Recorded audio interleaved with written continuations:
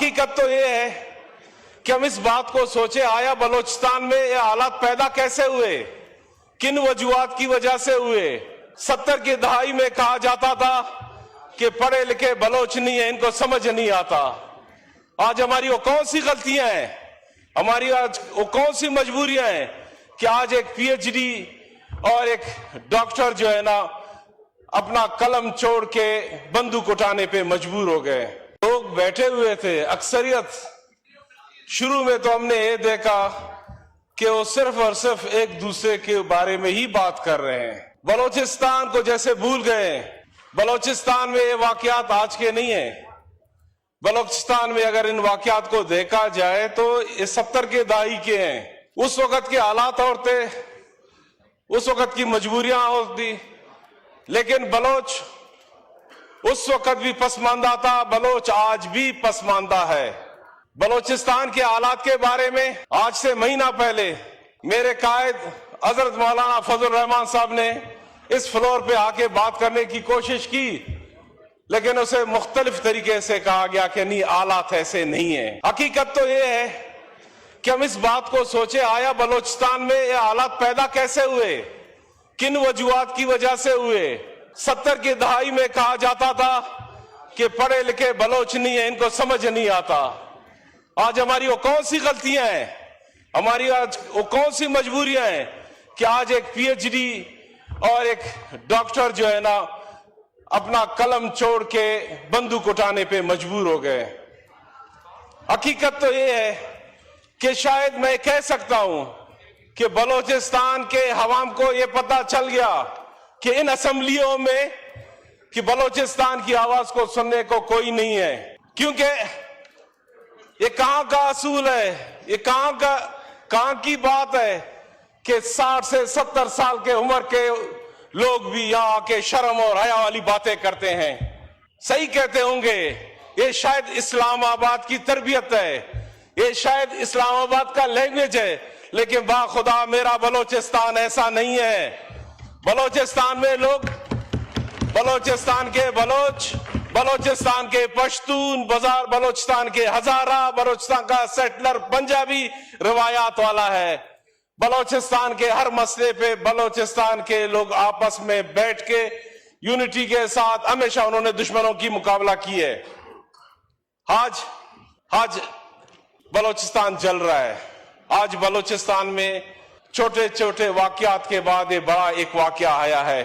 बलोचिस्तान के इशू पे आज से पहले भी अक्सर हमारे अकाबरीन ने यहां बात करने की कोशिश की, गोशगुजार किया कि बलोचिस्तान कहां तक पहुंच चुका है, लेकिन हम इस बात को क्यों नहीं सोचते कि आज 75 साल भी बलोचिस्तान के मसले वही हैं जो पहले दिन के थे। बलोचिस्तान के बच्चे को उसका राइट्स चाहिए, बलोचिस्तान के पढ़े लिखे बच्चे को उसकी नौकरी चाहिए, बलोचिस्तान के ताजिर को उसे वो माहौल चाहिए जिसमें वो बिजनेस कर सके, बलोचिस्तान के जमींदार को वो वसाइल चाहिए जिससे वो अपनी जमींदारी कर सके। लेकिन इन सब चीजों से हट के आज बलोचिस्तान का हर बंदा इस पे मजबूर है, या अल्लाह मेरे बलोचिस्तान में अमन कैसे आएगा। मैं मानता हूं आलमी दुनिया में हालात चेंज होते रहते हैं, कभी अफगानिस्तान का मसला है तो अजाब भी बलोचिस्तान पे आता है, ईरान के इश्यूज होते हैं तब भी बलोचिस्तान पे मसला आता है। आज यहां बैठे हम पॉलिसीज तो बना रहे हैं, हम बोलते हैं कि बलोचिस्तान को हमने गवादर दिया, बलोचिस्तान को हमने पोर्ट दिया, बलोचिस्तान में हमने रेकोदिक दिया, बलोचिस्तान में हमने सेंदक दिया, बलोचिस्तान को हमने हजारों किलोमीटर रोड दिया। लेकिन हम क्यों इस बात को भूल गए कि बलोच का बच्चा आज भी भूखा है, बलोच का बच्चा, पढ़ा लिखा बच्चा आज भी डिग्रियां जला के क्यों वो पहाड़ों की तरफ रवाना हुआ है।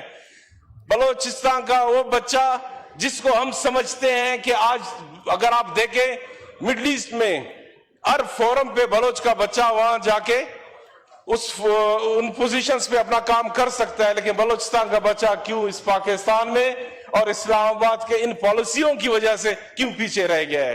अफसोस तो हमें इस बात पे होती है कि पहले बच्चे बंदूक उठाते थे, आज हमारे बच्चों ने अपने जिस्म पे बम बांधना शुरू कर दिया।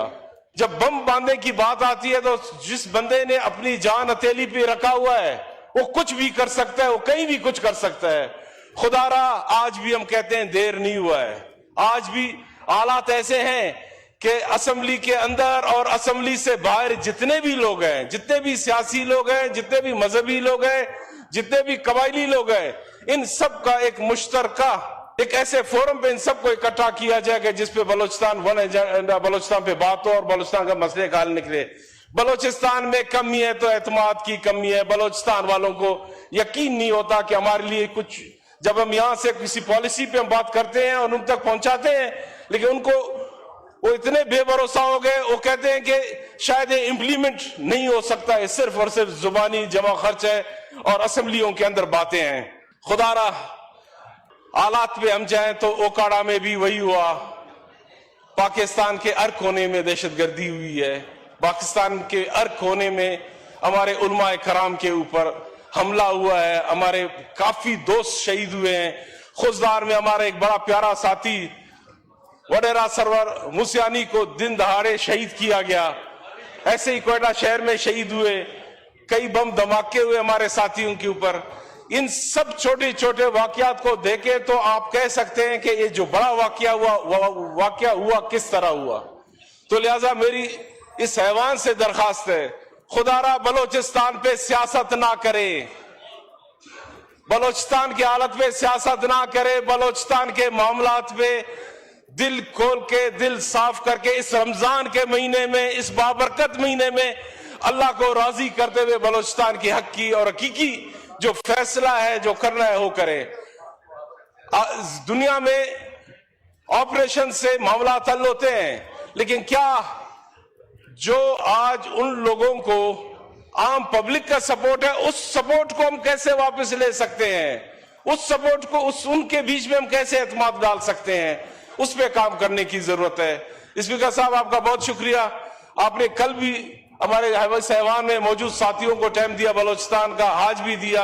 अब इस ऐवान की मर्जी है कि बलोचिस्तान के हक में, बलोचिस्तान की खातिर दिल से ये फैसला करते हैं कि हमने बलोचिस्तान का साथ देना है या सिर्फ और सिर्फ नंबर गेम और एक दूसरे के लिए बातें करनी है।